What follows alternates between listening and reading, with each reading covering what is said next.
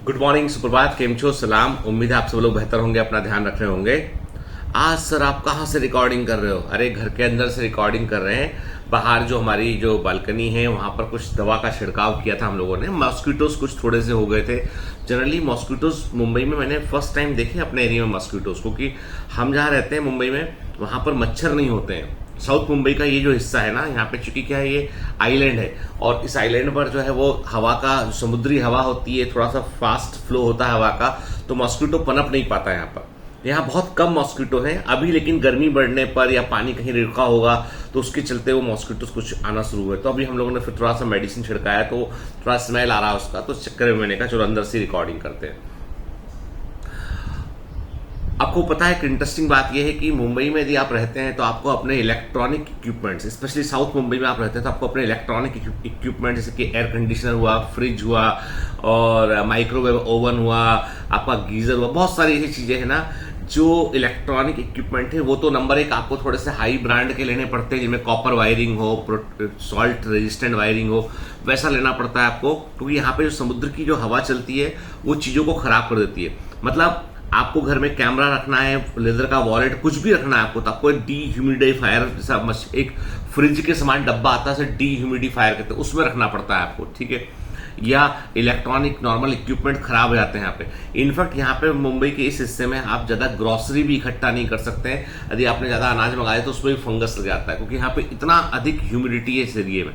खैर, सभी लोग गर्मी से जूझ रहे हैं और अभी आप देखो तो ग्लोबल क्लाइमेट चेंज जो है ना, वो वाकई में बहुत बड़ी समस्या है और क्लाइमेटिक जोन शिफ्ट होता है। अब कहते हैं ना कि उसे मैं जो है वो क्लास में पढ़ाता हूँ, अभी मैं स्किप कर रहा हूँ उस टर्मोलॉजी को, कि एवरी 33 ईयर में जो है पूरा का पूरा हमारा जो क्लाइमेटिक जोन थोड़ा सा शिफ्ट करता है, ठीक है। तो वो शिफ्टिंग हुआ है एक्चुअली। तो अभी आप गौर करना कि अभी यदि आप गौर करेंगे तो ठंड, सबसे अधिक ठंड पड़ रही है जनवरी और फरवरी में, सबसे अधिक सर्दी पड़ रही है जनवरी फरवरी में, ठीक है। सबसे अधिक गर्मी पड़ रही है आपकी जून जुलाई, जो है आपका मई में तो पड़ती थी, अभी अप्रैल से पड़ना शुरू हुई है और अभी गर्मी बढ़ गई है। जुलाई अगस्त तक भी गर्मी रहती है, सितंबर में भी जमकर गर्मी पड़ती है, फिर ठंड भी कड़ाके की पड़ती है।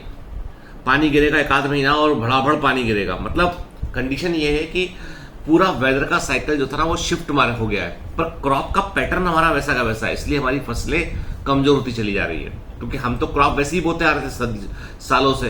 तो अभी मुझे लगता है कि नए प्रकार के क्रॉप या इस क्लाइमेटिक चेंज को अडॉप्ट करने वाले क्रॉप जो है वो हमें उगाने पड़ेंगे। खैर, खेती किसानी की बात अभी नहीं करते हैं, काम की बात करते हैं। आप में से कई सारे लोगों ने एक चीज गौर की होगी कि क्लास के अंदर, हर इस क्लास के अंदर कई बच्चे बहुत टैलेंटेड बच्चे होते हैं, पढ़ने में बहुत अच्छे, ग्रेड बड़े अच्छे आ रहे होते हैं, 90%, 95%, ठीक है। लेकिन यदि आप जिंदगी के स्कूल में जाकर देखेंगे, आप लाइफ में देखेंगे, तो आप पाएंगे कि जो टॉप बेंचर्स थे, सबसे आगे फ्रंट बेंचर्स थे, टॉप नहीं, फ्रंट बेंचर्स थे, जो सबसे आगे बैठे होते थे, आप पाएंगे कि वो कहीं ना कहीं थोड़े से जो है वो अपने प्रेजेंट काम को लेकर सेटिस्फाइड नहीं है, वो थोड़े मन में दुखी हैं। वो सबके लिए नहीं बोल रहा मैं, पर एक मेजोरिटी के लिए मैं बोल रहा हूं। क्या ऐसा है कि जो बैक बेंचर्स को और मिडिल बेंचर्स को ज्यादा सक्सेसफुल आता है? इसका मतलब ये नहीं कि कल से क्लास में पीछे बैक बेंच पे जाकर बैठना शुरू कर दिया। ये एक जनरल ऑब्जर्वेशन है ना। अभी एक मेरे पास बहुत अच्छी बुक है, जिस बुक का नाम है why we want you to be rich, और इस बुक को लिखा है डोनाल्ड जे ट्रम्प और रॉबर्ट टी कियोसाकी। दोनों जबरदस्त है। तब रॉबर्ट टी कियोसाकी की बुक है rich dad poor dad, fantastic book ever, बहुत अच्छी बुक है, कभी आपको बताऊंगा उसके बारे में मैं। और डोनाल्ड ट्रंप तो आपको पता ही है कि अमेरिकन प्रेसिडेंट रहे, तो इसमें जो इन्होंने डोनाल्ड ट्रंप ने इस बुक में इन्होंने एक अपना इन्होंने इस बुक का आधा इन्होंने लिखी बुक का, आधी बुक इन्होंने रॉबर्ट कियोसाकी ने लिखी है। तो दोनों के अनुभव को डाला गया है बुक के अंदर। तो इसमें डोनाल्ड ट्रंप लिखते हैं, मेरी क्लास के कई विद्यार्थी बहुत होनहार थे, लेकिन वास्तविक दुनिया में उनका प्रदर्शन इतना अच्छा नहीं रहा। मैं कई बार सोचता हूं कि वे शिक्षा जगत की आवश्यकताओं पर इतना ज्यादा ध्यान केंद्रित कर रहे थे कि बाहरी दुनिया पर नजर ही नहीं रख पाए।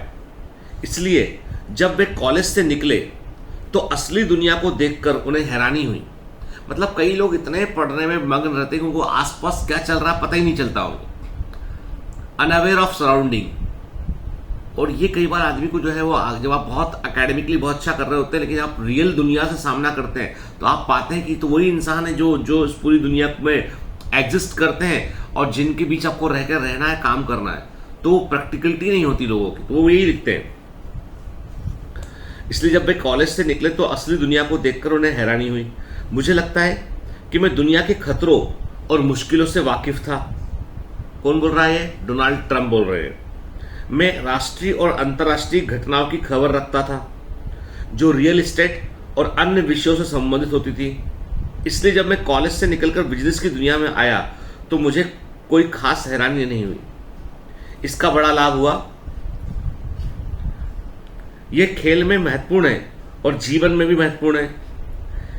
कई बार उत्कृष्ट बनने के लिए एकाकी होने की जरूरत होती है, जो अच्छी बात है, लेकिन साथ ही हमें जागरूक भी रहना चाहिए। हो सकता है लोग इस हद तक अति प्रशिक्षित हो जाएं, मतलब ओवर ट्रेंड हो जाएं, कि दुनिया में किसी काम के ना रहें। वो कहते हैं कि कई बार आप बहुत एजुकेट हो जाते हैं, बहुत डिग्री भर लिया आपने, सब कुछ भर लिया आपने, और आप किसी काम के नहीं बचे। मैं सच कह रहा हूं आपको। मैं जब भी बायोमेंटस में हम रिक्रूटमेंट करते हैं, कोई पोस्ट को हम जो है वो डालते हैं, भाई हमारे पास जॉब है, ऑप्शन अवेलेबल है, बहुत सारे रिज्यूम आते हैं। सच बताऊं आपको, मैं 100 लोग जो अप्लाई करते हैं उसमें से काम करने की एबिलिटी, जो स्किल है, वो 5 लोगों में, 3 लोगों में होता है। मतलब 3 से 5% लोग ही ऐसे हैं जिनको रियलिटी में जॉब मिल सकता है, और वो मीडियोकर हैं, उनके परसेंटेज बहुत हायर साइड नहीं है। प्रैक्टिकल एम्बिशंस हैं उनके, प्रैक्टिकल अचीवमेंट्स हैं उनके, और उन्हें काम आता है। देश में रोजगार की कमी नहीं है। देश में आपकी शिक्षा आपको रोजगार के योग्य नहीं बना रही है। प्रॉब्लम ये है, प्रॉब्लम ये नहीं कि आपके पास डिग्री, प्रॉब्लम ये कि आपकी डिग्री का वर्तमान में कई सारे लोगों के पास में उसका उपयोग ही कुछ नहीं है।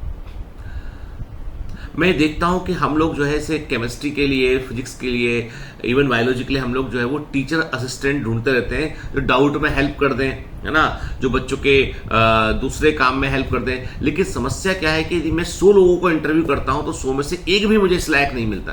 क्यों? जबकि एमएससी किया हुआ है, बीएससी किया हुआ है, क्योंकि उस लेवल का नॉलेज ही नहीं। मतलब मैं कह रहा हूं, जो बच्चा नीट का एग्जाम निकालता है उसका केमिस्ट्री मच मोर स्ट्रांगर है देन दीज स्टूडेंट्स, इन लोग। क्योंकि कारण ये है कि वो डूबकर कॉन्सेप्चुअल होकर पढ़ता है, वो उसे क्वेश्चन लगाना उसके लिए पढ़ता है, कॉम्पिटिशन के लिए पढ़ता है, वो तो उसका लेवल बहुत ऊपर रहता है। ये सच्चाई है। जिस दिन आप नीट का एग्जाम निकालोगे ना, आप मुझसे, अमर सर से, संजय सर से, दुनिया के किसी भी टीचर से अधिक होशियार रहोगे उस दिन। क्यों? क्योंकि तुमने फिजिक्स भी पढ़ डाली है, केमिस्ट्री भी पढ़ डाली, बायो भी पढ़ डाली है, तीनों तुमने उस लेवल तक पढ़ा है जहां से एग्जाम क्रैक हो जाए। वो मुझे इस समय सिर्फ बायोलॉजी आता है, अमर सर को इस समय सिर्फ फिजिक्स आता है, संजय सर को इस समय सिर्फ केमिस्ट्री आता है। तुमको तो तीनों आता है और तुम तीनों कर रहे हो। तुमने तीनों करके एग्जाम निकाल लिया, तो you are much more intelligent. समय के साथ आपको जो है कुछ चीजें भूलना जरूरी होता रहता है। जैसे मैं हूं, मैं चाहूं तो फिजिक्स भी कर सकता था, लेकिन मुझे भूलना जरूरी है मेरे दूसरे काम के लिए। तो योग्यता की कमी नहीं है, मतलब रोजगार की कमी नहीं है, योग्य लोग नहीं मिलते बेटा, ठीक है। तो वही मैं कहता हूं, डिग्रियां नहीं काम, भविष्य किसी डिग्री का नहीं होता, भविष्य होता है इंसान का। तो लिखते हैं वो, हो सकता है लोग इस हद तक अति प्रशिक्षित हो जाएं कि दुनिया में किसी काम के ना रहे। किताबी कीड़े और सड़क के समझदार व्यक्ति में फर्क होता है। किताबी कीड़े और सड़क के समझदार व्यक्ति में फर्क होता है। दोनों बातें संभव है। दरअसल इस बिंदु पर यह अनिवार्य भी है। मुझे इस बात से फायदा हुआ कि मैंने अपने पिता के साथ, ये बता रहे हैं डोनाल्ड ट्रंप, मैंने अपने पिता के साथ बचपन से काम करके रियल एस्टेट का एक बुरा पहलू देख लिया था। रियल एस्टेट का मतलब ये बिल्डर का काम के। आपको पता है डोनाल्ड ट्रंप दुनिया के सबसे बड़े बिल्डर में से एक है। डोनाल्ड ट्रंप ने मुंबई के अंदर ट्रंप टावर बनाया है, जबरदस्त बिल्डिंग है वो पूरा। डोनाल्ड ट्रंप जो है वो राष्ट्रपति तो बने हैं उनकी जिद के चलते, otherwise he is a very big businessman. मैंने अपने पिता के साथ बचपन से काम करके रियल एस्टेट का बुरा पहलू देख लिया था। मैं ये बात जानता था कि दुनिया बुरी हो सकती है। किराया वसूलते वक्त मैं दरवाजे से हटकर खड़ा होता था ताकि कोई मुझे गोली ना मार दे। इसलिए मैं जानता था कि मेरे सामने क्या है। मेरे पिता के पास सड़कों की और बिजनेस की दुनिया की समझदारी थी।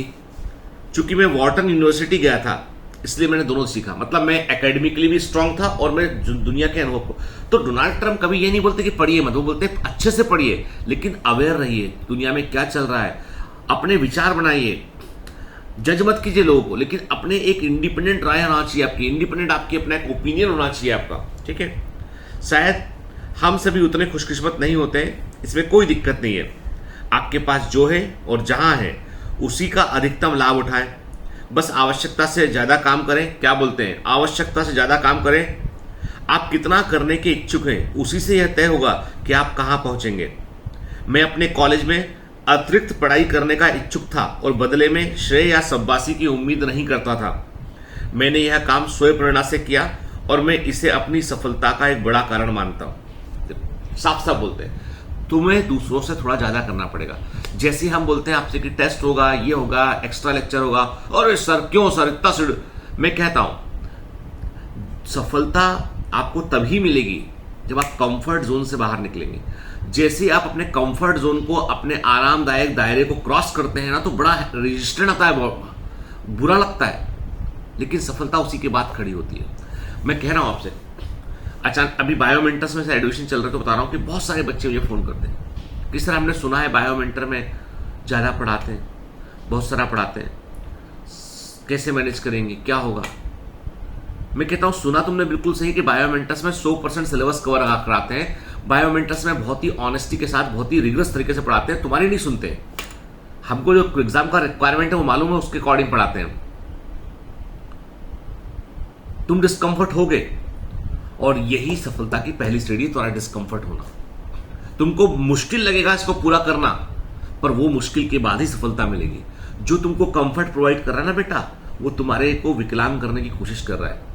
एक छोटी कहावत है, पहले कहीं पढ़ी थी कहानी कि एक चिड़िया का बच्चा अंडे से बाहर निकलता है ना, तो वो बहुत अंडे को अंदर से फोड़ता है, क्रैक करता है, फिर वो बाहर निकलता है। तो एक बच्चे को बड़ी दया आती है कि भाई वो इतना बच्चा चिड़िया का बाहर अभी तो बना है, वो भी निकल रहा है बाहर, वो तो उसे कितना दिक्कत हो रहा है। तो वो क्या करता है, उस अंडे को तोड़ देता है। चिड़िया का बच्चा तुरंत ही मर जाता है, तुरंत ही मर जाता है। तो टीचर से पूछता है कि क्यों मर गया वो। तुमने कहा तुमने इसको कंफर्ट प्रोवाइड कर दिया, तुमने इसके स्ट्रगल में जो है वो तुमने हाथ लगा दिया, इसलिए ये बच्चा अपने आप को स्ट्रांग नहीं कर पाया कि जिंदा रह पाता बाहर की हवा में, इसलिए मर गया। जब बच्चे का, ह्यूमन बेबी का, बच्चे का जन्म होता है, जन्म लेने का बच्चा रोता है जोर जोर से, डॉक्टर उसको छुपाता नहीं है। माँ को जन्म देने वाली माँ को लग रहा था बच्चा रो रहा है, घर वाले लग रहा था बच्चा रो रहा है, पर वो रोने पर अपने लंग्स को खोल रहा होता है, अपने आप को बाहर की दुनिया के अकॉर्डिंग एडजस्ट कर रहा होता है बच्चा। यदि बच्चा ना रोए ना, वो चिंता का विषय डॉक्टर के लिए कि जन्म लेकर बच्चा नहीं रोया। लिखते हैं उसमें बच्चे के जन्म का, after one child cry well, इतनी देर क्राई किया बच्चे ने, है ना, ऐसा था। तो वो जब क्राई करता है तो वो अपने लंग्स को ओपन करता है, पूरे सिस्टम को चालू करता है बच्चा अपने। यदि उसको हमने छुपा दिया ना उस समय, तो बच्चा मर जाएगा। वो याद रखना। तो जिन जिन लोगों ने तुमको कंफर्ट दे रहे हैं ना, टीचर यदि वो सच्चा शिक्षक जो है वो कुम्हार के समान होता है, अंदर से हाथ लगा रहा होता है, बाहर से ठोक रहा होता है, तभी मटके का शेप आता है। तो don't ask for comfort, ask for more. Sir और दो, तो सफलता मिलेगी। चलो बेटा, मिलते हैं कल फिर, बाय बाय।